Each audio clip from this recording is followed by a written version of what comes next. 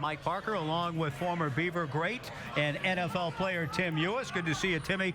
And the publisher of Beaver Blitz, Angie Machado, as we talk about the Beavers and USC during a bye week. And the Beavers have a lot to work on, as we saw coming out of the Oregon State USC game at Reser Stadium. Before we get to some highlights, and a beautiful 14 seconds of highlights we have, Tim, what was your overall takeaway from what we saw Friday night at Reser Stadium?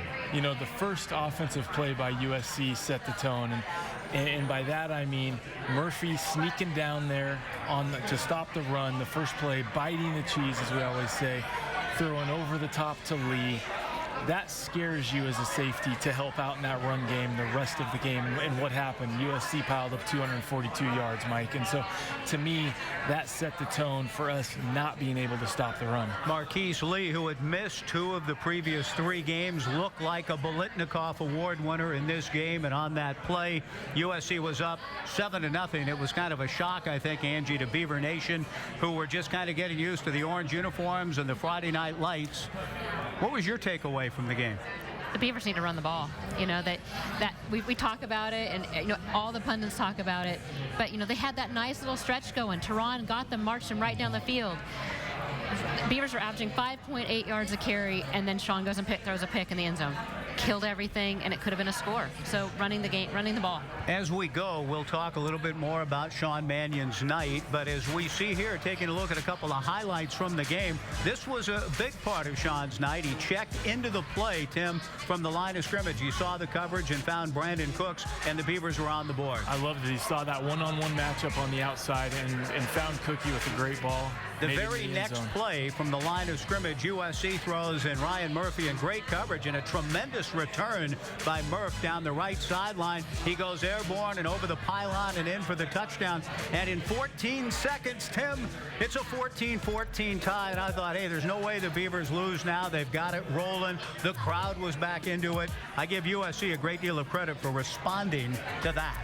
The Dumb and Dumber fans out there at that play said, Ryan Murphy has totally redeemed himself. but in the end, a quarterback can't throw into triple coverage. And we're going to look at that play in the play breakdown, Mike. So Ryan Murphy with that return. And Angie, at that point, I just thought, it's on again. The Beavers have weathered those first couple of haymakers from USC. They're tied. The game restarts. And USC showed the value of being able to run the football on the next series methodically down the field to take the lead. And like Tim said, you know, the safeties then are a little scared because Marquise Lee, you know, took them to the house there that very first play. And they're just big. USC is so big and physical, both at the line of scrimmage and their backs. I mean, they're just big, powerful guys. And, you know, it took its toll on Oregon State. What do you think of the orange uniform? I liked them. They didn't look good on TV, but they looked great on camera or on film and the press box. They looked a little redder on TV, I thought. More red almost than orange from the look I got. Tim, what about your fashion judgment? I was receiving texts, Mike, and my older brother specifically said, I don't know how they look on TV. I said, well, here live, they look phenomenal. They looked great. I really liked the way it presented.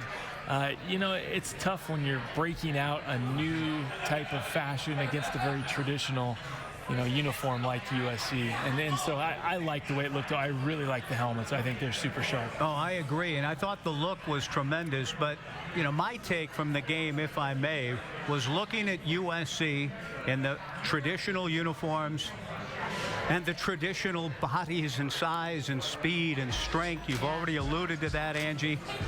I mean, you know, people have been asking me what happened. Well, part of me, Tim, thinks USC happened. I mean, this is a motivated group of guys. I know they're down. They brought 46 scholarship players, but those 46 guys and the 31 that played are all Super Prepper Parade All-Americans, and they played to their talent level. You're right. They're good players, Mike, and I underestimated that a little bit, what they brought to the table, and especially with a healthy USC and a motivated USC. You look at their defensive linemen. They did a really good job of penetrating, getting upfield, and they may not have that depth to rotate guys in and out like we kind of expected from other USC defenses, but those 4 guys they lift in made plays all game. There were tremendous plays all game by USC, but the Beavers still were in this thing, obviously, and had a chance to win at home, were favored to win. After practice, we had a chance to talk to Coach Riley specifically about Sean Mannion's night and some of the decisions the quarterback made. guys got 30-something touchdown passes. I mean, we've been good down there. It's just we failed. You know, I failed in getting Brandin Cooks the ball more. We failed all along the board. We failed. So, you know, and that's one thing about just getting beat physically, or you know, just not doing the right thing. That's the hard part. Well, that is indeed Coach Mike Riley kind of in a state of roux, if you will, when he says that sometimes putting's okay, throwing the ball away is okay. And Sean, bless his heart, I think for one of the few times this year, Tim, was maybe trying to do a little too much in some of those situations. You know, you get down by a couple touchdowns and you start having that clock go off in your head, and you want to make a play. You're the guy that's led the team down the field every drive this year making plays, and you throw into triple coverage. And we're going to take a look at that later on. And in the red zone a couple times, poor decisions there as well. So.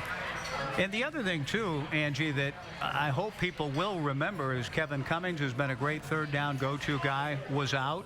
Caleb Smith was out. Connor Hamlet was not 100%. Yeah. So some of Sean's options weren't there either. Yeah, exactly. And that's, again, why I go back to the run game. And I'll probably harp on that a lot tonight. But, you know, you have Brandin Cooks is being bracketed over and under. You have triple coverage on Mulaney. Run the ball. You know, they're basically daring you to run, and Oregon State wouldn't bite. Well, Angie, I agree in that 8.6 yards per carry after sacks and fumbles is a good step forward, and I do think we'll see the Beavers make a greater commitment going forward to try to run the ball. USC clearly ran the ball, 242 yards worth, and I had a chance to talk to Beaver linebacker Jabral Johnson about the defensive effort against USC. I feel like we had a lack of focus, you know. I mean, the effort was there. But just when we got to the ball, we didn't really like wrap up and, you know, run our feet on contact. So that resulted into more yards. And I feel like that was the difference between our defense versus Stanford versus USC. From the fundamental standpoint, you were telling me that before we started rolling here that this bye week will essentially be used to address some fundamental things. Tell us a little bit about what that means. Well, after breaking down the film for the last two losses, we noticed, Stanford, we learned that the things that we were doing were pretty good, but USC, not so much. So we're going to go through the differences and learn all the fundamentals, or, you know, not learn, but reteach the fundamentals, go over everything. That way we can be fresh and sharp when we go against Arizona State. Tell us the differences between Stanford SC and what you're up against stylistically with the Sun Devils. Well, we've been playing I don't know, not pro style, but traditional offenses lately, but now we're switching up to a zone read. And like I mentioned earlier, this is a team that everyone has to do their assignment. It's a detailed assignment, and if you try to do someone else's job, you know, it can cost you. So we're just going to work on everything, make sure everybody's taking care of their business, taking care of their assignments, all the fundamentals, and we should be good. Well, Jabral Johnson is absolutely right, Tim. The challenge ahead now after Stanford and USC and their power running attack, a little bit different look now coming out of Tempe a week from Saturday. You know, like we've talked about, this season has broke out in quarters. They're in the fourth quarter. They have 3 big games against zone read teams coming up. And now it's a shift in mentality of being an upfield penetrator, Mike, to kind of holding your ground, gap control, and letting the ball carrier come to you and taking away that mesh. As Jabral said, assignment sound. The Beavers have a little extra time to work on it. Later on Talkin Beavers, Tim breaks down why the Beavers lost to the USC Trojans. All season long, we have been blessed by, entertained by, and certainly have enjoyed the run and catch features with Storm Woods and Brandin Cooks. This week, we go into the classroom with the 2 great Oregon State stars.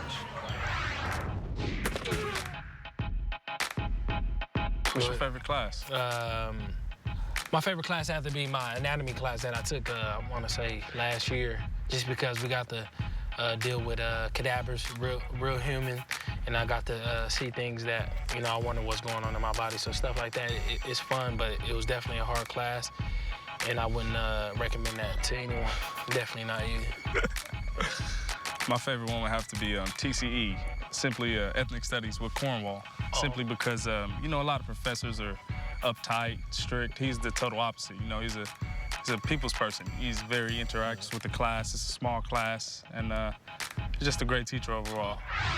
Well, Brandin Cooks in those anatomy classes enjoyed working with the cadavers. I can see him going, Colin Clive. And it's alive. It's alive. So I'm glad Cookie enjoyed that. Angie, as an OSU alumnus, what is your favorite class at Oregon State? A business major, but I loved my graphic design classes with the great Burke Chappelle. He was a legend at Oregon State. Timmy? Oregon State grad, what do you got? I had a couple I loved, Mike. I loved my surveying classes with Professor Schultz, and I loved FE 315 Forest Engineering Soils with Marv Piles. Two great teachers and great courses. Good job, Professor Piles. And now, let's get to some of the highlights of the game. With due respect to Frankenstein in 1931, that was a classic horror film. There were some moments that I think we were all sort of shuddering during the game against USC. But we've got some good, kind of a mix of plays here. Tim, what do you got to start out with? We got a mix of stuff here. Exactly right, Mike. The first one, it is part of a horror film, and it's one that a lot of the Beaver fans have relived over and over in the head, and I hate to show it to you again, but I just want to explain what really happened on this play with Marquise Lee. The opening play from the line. So right here, we got Marquise Lee highlighted. He's a guy that the Beavers have to look at. They have to respect. And what does SC do? Strong run team. They go with a play action right off the bat, Mike. And you see this handoff, this fake to the running back. Both the safeties have their eyes in the backfield. Look at him, bite the cheese. We talk about biting the cheese. They suck down in there hard. Lee is running down the field wide open. Nobody on him. Beaver Nation is silenced. We're trying to figure out what just happened at Reeser. And we're going to get another look at it. Look at this nice little twist action, really well executed by their wide receivers. And it's tough to watch this as a Beaver fan, but from the football standpoint, it was really good football, really well executed. Yeah. What was the mood like then, Angie, where you were on that play? I mean, it was just, it seemed to rock everybody's world, where at least around where I was. You have to remember, Joel Scotty went down with the kick. So that's true. That had everybody, I was in the press box, it had everybody kind of quiet, kind of figuring out how Joel was okay, and then boom. And everyone's kind of, the crowd below us, shell-shocked. Joel Scotty, by the way, is following concussion protocol and is amongst many that actually will appreciate a bye week this week to get healthier and better and be ready to go against Arizona State. So what's next? So as I alluded to earlier, I think that play set the tone for Oregon State stopping the run. We're going to look at a package here. Some call it the angle package, some call it the cross package. Arizona, the Pittsburgh system, we called it 0, half, 148.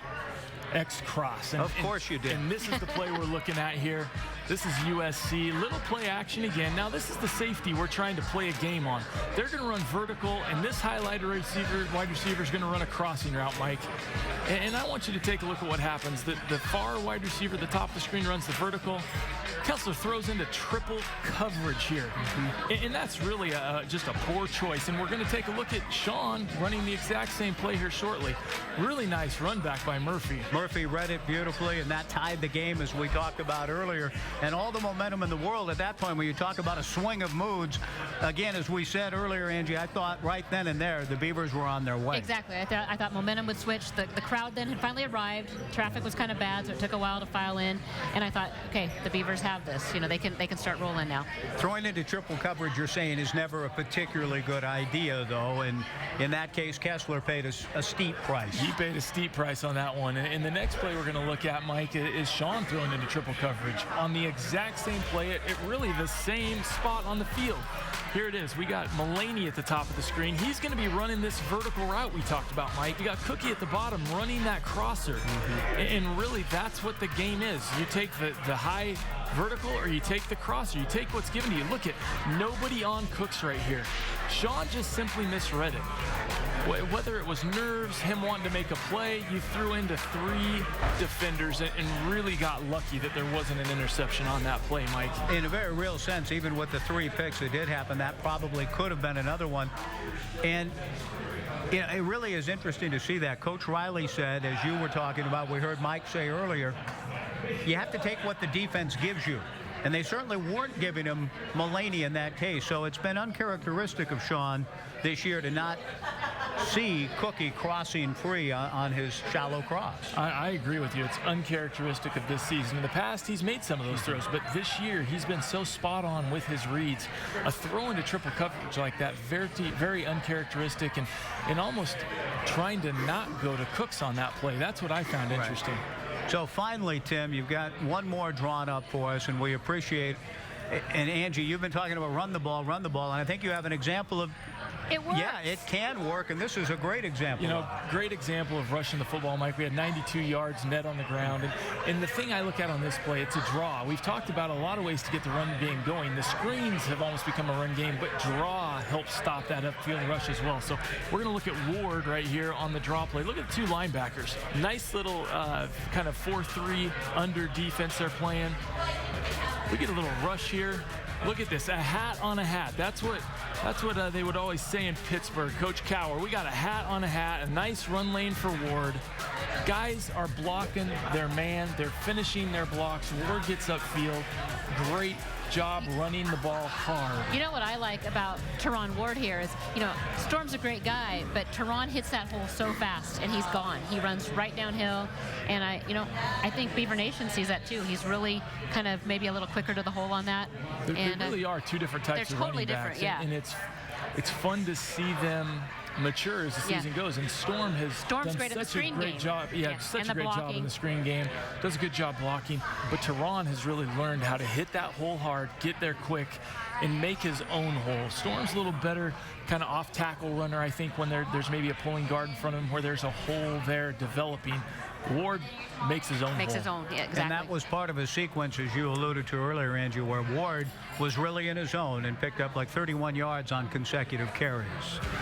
Coming up later on Talkin Beavers, we'll discuss which Beavers have become semifinalists for prestigious national awards. It's time for this week's Taco Bell Top 5. And this is one of the most impressive Taco Bell Top 5s of the 2013 season because we see Oregon State atop the Pac-12 Conference in interceptions with 15, USC second. You see the rest of the teams on the Taco Bell Top 5. And Tim, this Oregon State defense has been very opportunistic, led by Stephen Ballhawk. They call him Mr. Pick Nelson, who's playing right into the Oregon State tradition. 15 interceptions at this point in the season is incredibly impressive. I don't know if there's another team that's done that in recent history, but you look at a guy that's stepping in to fill the shoes of a guy like Jordan Poyer.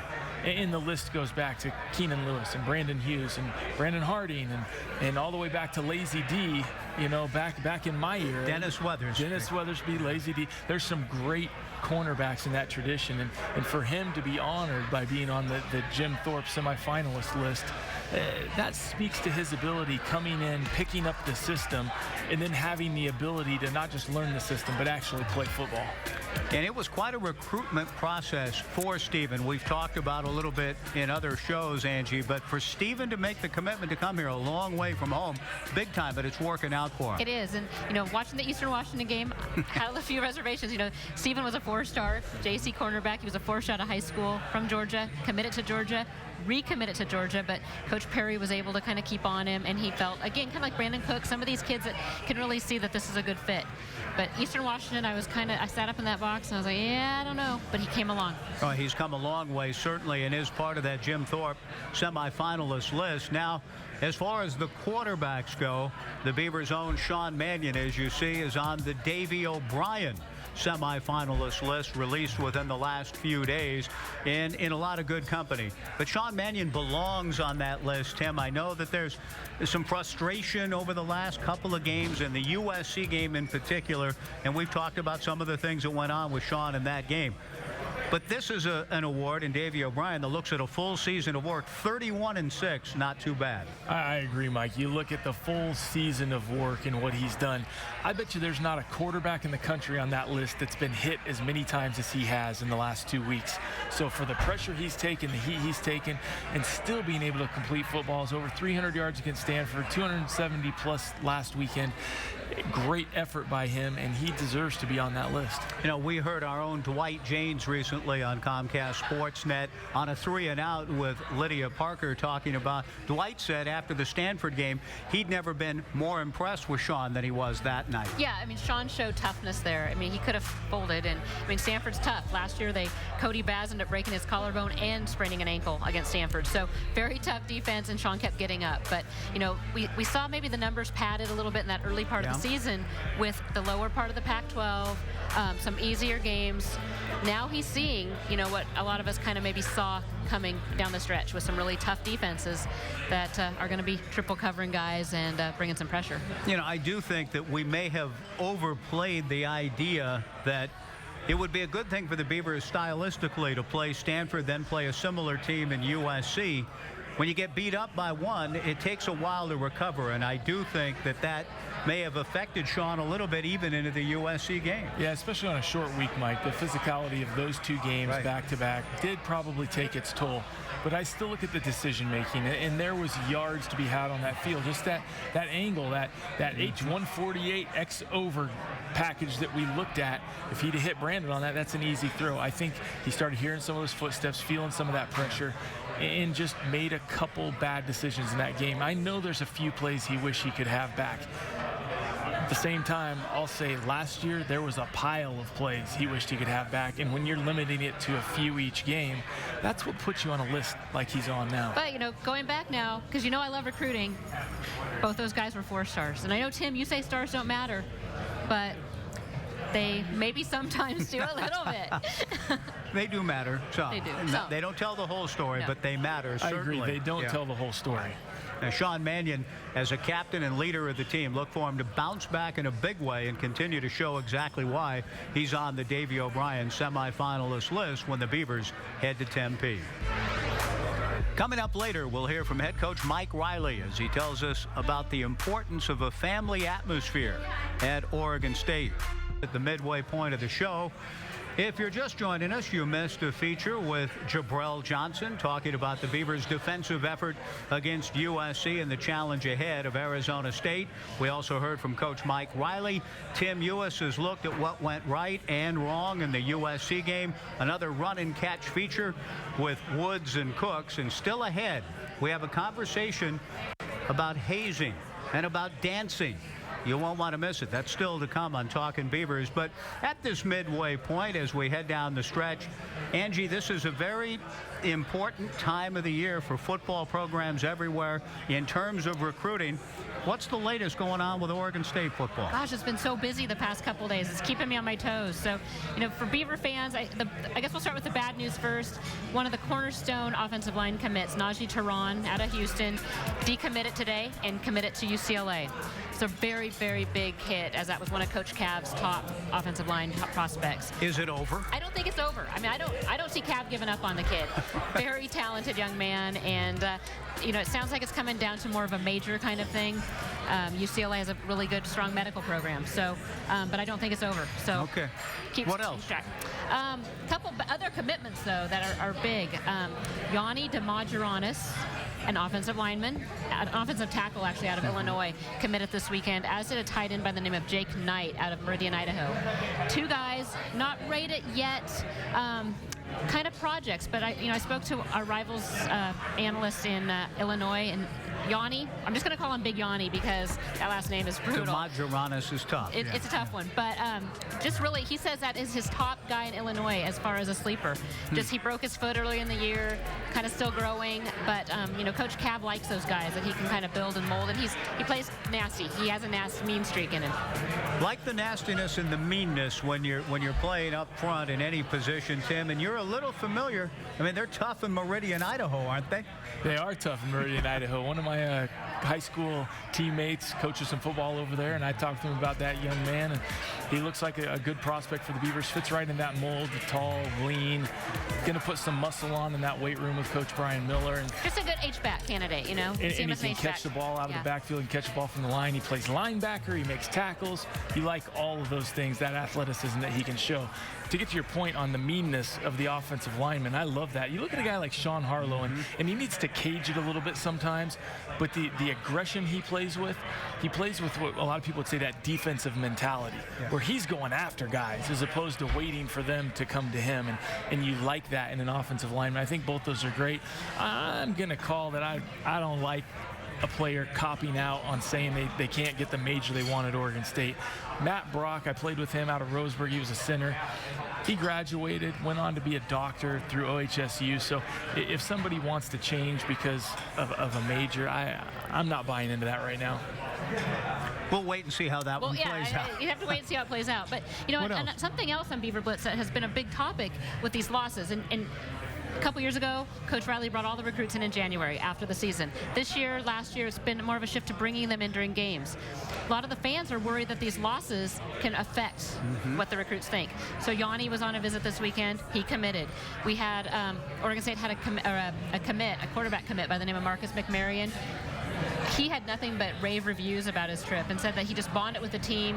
You know, people forget, you know, whereas a fan maybe sees a loss and it's just the end of their world, these football prospects are football players. They've all lost games. They know what it's like to lose a game, and they want to see how coaches and players react to that. Did nothing to, you know, he's 100% committed. He is not taking calls any longer. So very big, you know, for Oregon State's program. That's what we forget about as fans. You're going to 5, 6, 7 games in a good year at home, and that's kind of your snippet. You're in with football.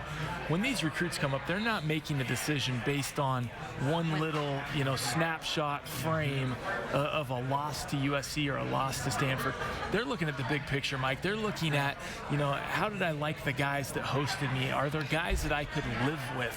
Are there And how did the fans react? How did the fans You know, react? how did the fans react I in agree. tough That's times? a huge part of it, Angie. And you already shared the story about Sean Canfield earlier in the year about his parents loved the way the fans reacted and the positivity around the program. Even in adversity. So I think it's just a snapshot, and fans can't be worried about maybe a loss on Saturday affecting the recruits that have come in that weekend, because they're evaluating a huge amount of things, not just whether you won or lost a football game. Angie, thank you for those updates. Anything else brewing? Anything else you can hit on here? You know, the coaches hit the road now. You know, this is, Tim, as you remember, is when you were coaching, not that you hit the road, but the coaches are all going to be leaving the office, some of them will stay behind. You know, Coach Riley alluded they're getting down in their number of evaluation days that the NC2A allows. So they'll be hitting the road. I know a coach, you know, maybe Oklahoma, Texas, Southern California. You'll see the coaches, and Beaver Blitz, we've been following up with all the young men that Oregon State is looking at.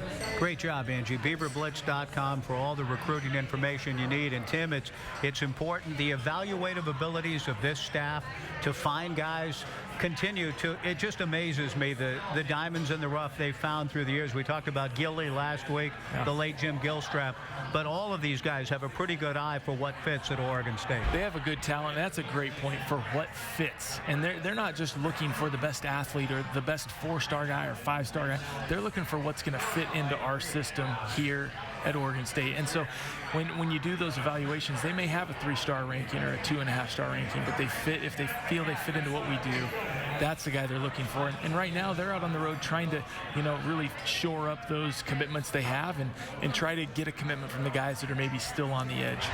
Later on Talkin Beavers, we'll hand out game balls for the Beavers play against the USC Trojans. And as we do every week, we have the opportunity to listen to head coach Mike Riley in his sit-down with our own Tim Ewis this week. And I think it's perfectly appropriate for our last segment where we talked about what recruits do when they make decisions about programs. Most of them do so in a totality, taking a look at the big picture. And Coach Riley talks about what family means at Oregon State.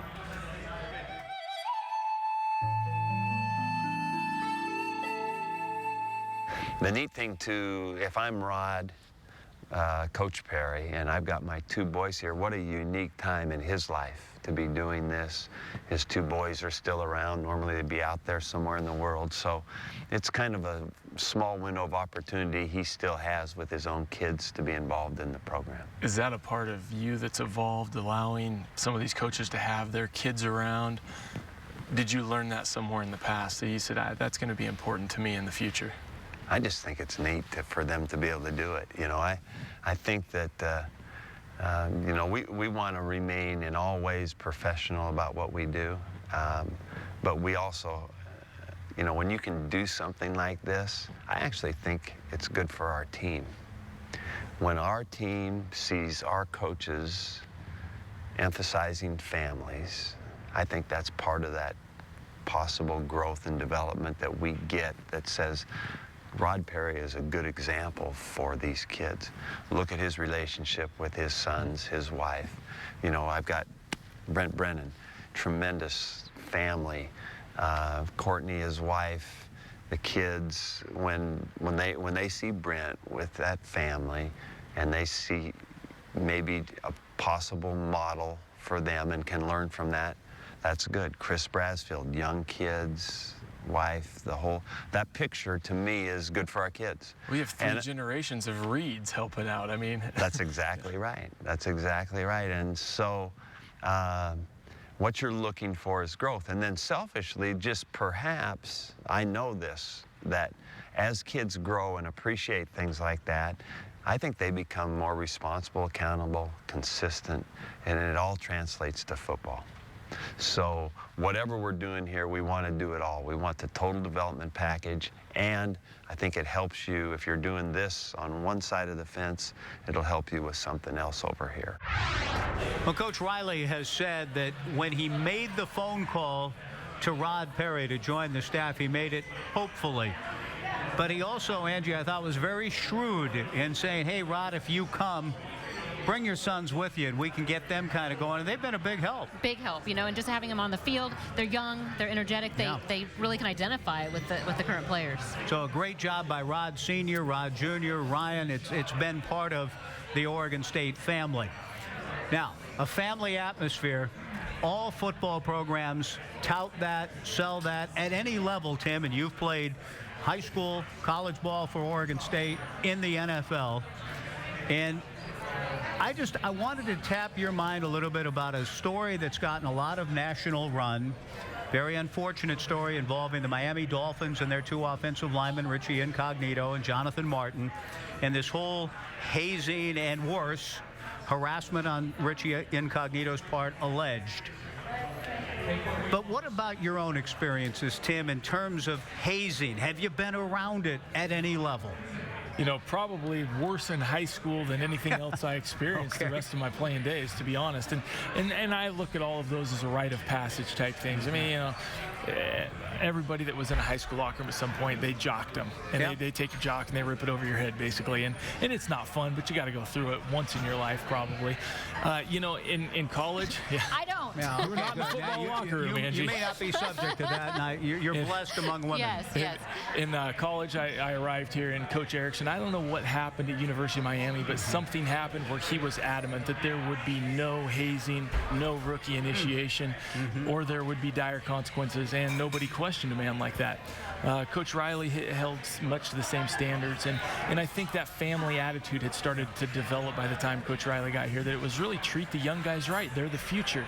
You know, I really took a liking to guys like Joe Newton, Pat Loney, you know, guys that came in behind me. I wanted to teach them something about life, something about football. When I arrived in the NFL, I never really was hazed there. I think people treated you very well. There were some things where you had to pay fines if you missed a block, you know, in-house fines, not to the coaches, but to the other players. It was more of an accountability type thing. So what about like singing the fight songs and some of that stuff? Fight songs, doing a rookie show. We had to do a rookie show where all the rookies presented to, you know, the general manager, the owner, everybody, all the coaches, and it was fun and games, and there were no feelings hurt in it. What about Oregon State, though, like the linemen? I know they, you know, shave heads. I think that's one of the things that they kind of get away with now, but we did notice last year. The older guys do it, too. Yeah, but we did notice last year the one guy that did not get his head shaved, Isaac Seumalo. So, you know, there was... Isaac can do anything he wants. But Tim, that all sounds almost idyllic or innocent, an age of innocence when you're talking about singing fight songs from your alma mater. But it gets a little more serious when they dip into your pocketbook. And you said at Buffalo, you experienced, the Rooks are expected to pick up some tabs. That's come out in the Incognito Martin story. Yeah, you know, and that's just, I think, part of the NFL culture. And as a rookie, you pay your dues a little bit. And I had to buy some dinners. I had to buy, every time we traveled, I bought lunch. But it was $30 or $40 out of my pocketbook for Subway because apparently, the tight ends and the tight end coach like to eat healthy. So I wasn't going, to pick up Church's chicken and having to buy for an entire defense. And I think they also asked the guys, if you were a first-round draft pick, you're going to be asked to do a little more.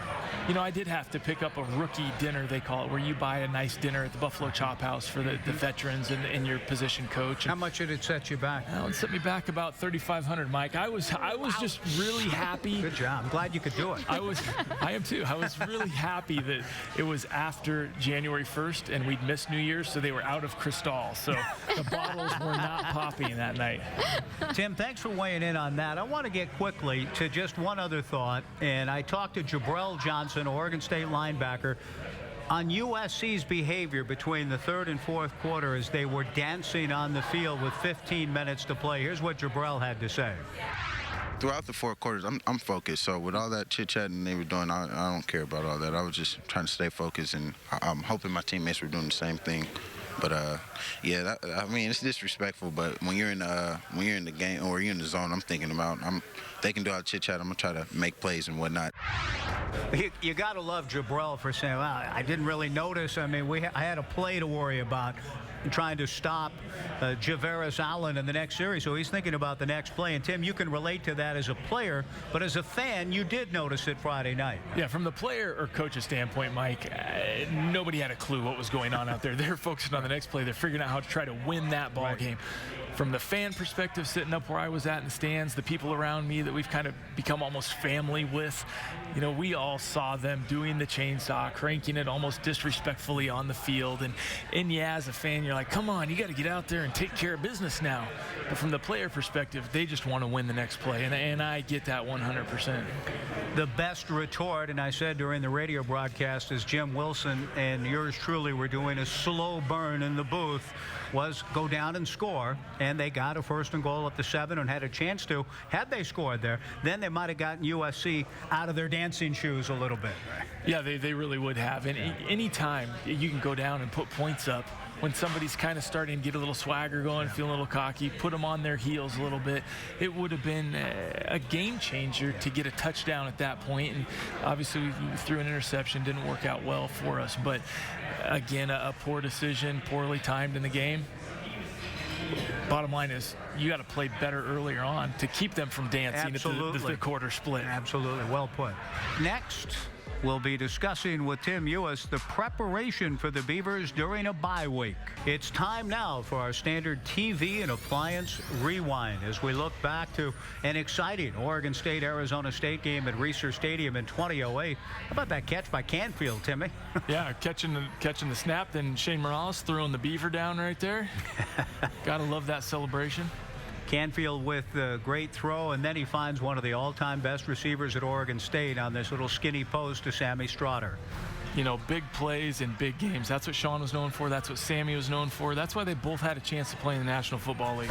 Late in the game, Rudy Carpenter, who had hurt the Beavers the year before in Tempe, throws to Pettis in the back of the end zone. It gives the Sun Devils a chance to go for 2 in the final seconds and send the game into overtime. The Beavers do a great job here defensively. Put Carpenter under duress. He has to let go of the ball, and there is, bless his heart, Victor Butler pulling that thing down, and the 2-point conversion no good. Beavers win 27-25. You know, the great thing watching that film is I was in the press box for it. I guess the coach's box for it. And, I mean, I remember them marching down and us. There's nothing you can do as an offensive coach, and you're just listening to the defensive calls. And Anoki Brechtfield's going crazy behind me, you know, every play. And they get down there. And for Victor to make that play on that 2-point conversion, it was just – it validated everything we'd done in preparation that week. And you look at that rewind, Mike, every one of those guys making plays in that highlight played on Sundays. Even Shane Morales had a chance with Arizona Cardinals to play. And then the two legends, Coach Erickson coming back and Coach Riley then being able to better, you know, a legendary coach at Oregon State with Coach Erickson. And the following year, the Beavers were able to win in Tempe, but that's not something that's happened often in Oregon State history. And so, Timmy, coming up a week from Saturday at Sun Devil Stadium is a gigantic challenge against a very talented Arizona State team, an offensive juggernaut. It is. Tempe is a tough place to play, first of all. You're looking at offense, Mike's putting up 515 yards a game, 46 points a game. Our defense has to bring their A game on a spread zone read offensive attack, and our offense is going to have to limit those errors that they've been making the last couple of weeks that have really cost us. The one thing that's encouraging to me is our punt return game. If we can get Arizona State punting the football, we've done a great job returning balls. That'll be the key to make him kick it.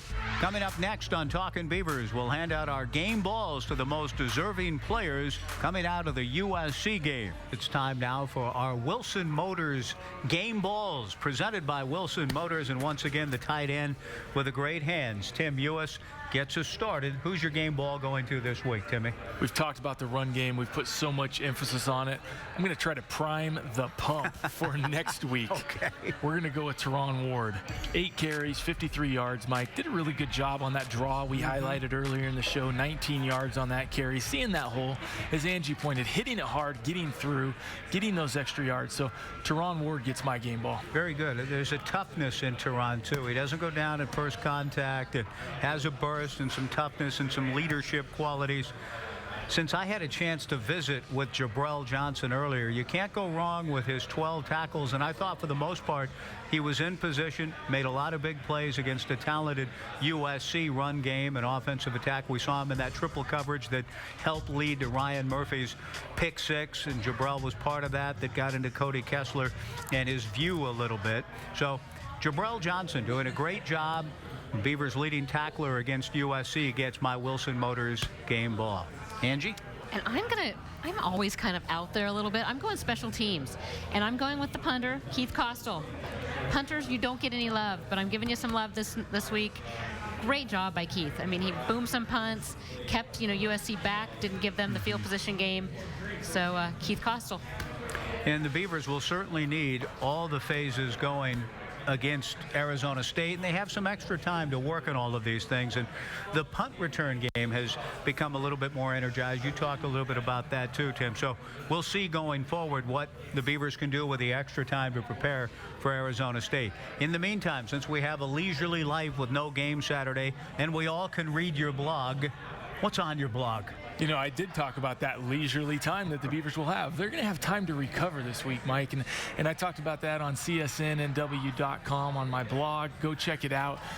Looking at what really happens in a bye week to the players' bodies at this point in the season, I remember myself as a professional, you hit that 10, 12-week mark in college as a professional, that 16-week mark, and you're out of gas. Your body's broke down, especially for a young guy like Sean Harlow that is stepping in as a true freshman to play. All of these guys need to prepare this week for this last quarter of the season. 3 very tough games, and we're going to cover that. We're going to talk about some of these no-huddle questions that people have been asking out in the Twitter sphere. So we're going to address some kind of off-topic things because there is no game to prepare for. Excellent. Look forward to reading it. Tim Ewis's blog, csnnw.com. Angie, have a great bye week, and we'll be back again next week. Angie and Tim, yours truly, will be right back here at Flat Tail Brewing in Corvallis for another edition of Talkin Beavers. Thanks for joining us. See you next week again.